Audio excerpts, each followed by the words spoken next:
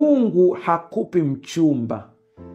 Mungu anakupa hekima ya kutambua mtu sahihi.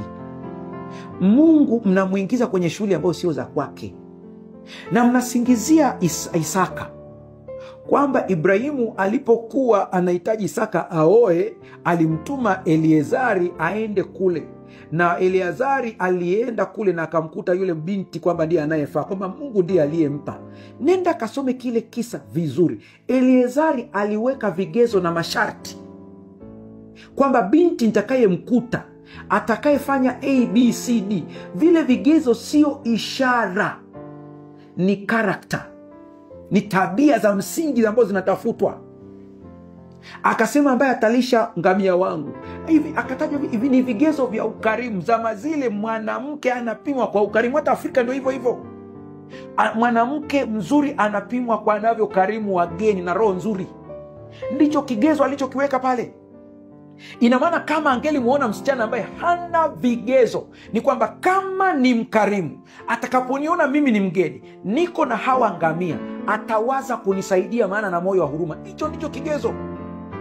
Msimsingizie Mungu hapa hata kidogo.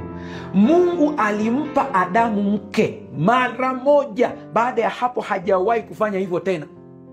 Najua kuna andiko lingine mnalitumia, sema mchungaji, kuna ile andiko tena, mali na urithi mtu hupata kutoka kwa wazazi wake, lakini mke mwema hutoka kwa Bwana. Nenda tena na ukaliangalia ile andiko vizuri kabisa. Hili andiko ukilitazama vizuri utakuja kugundua halisemi hicho unachodhani. Hili andiko linamaanisha hivi: mtu yeyote unayemwona ni mwema amezaliwa na Mungu, asili yake ni ya kimungu. Ndivyo ilivyo. Kwa hiyo kama kuna mwanamke mwema unayemwona, sio bahati, ni matokeo ya uchaji wa Mungu. Kwa hiyo ukimpata huyo, umepata kitu chema.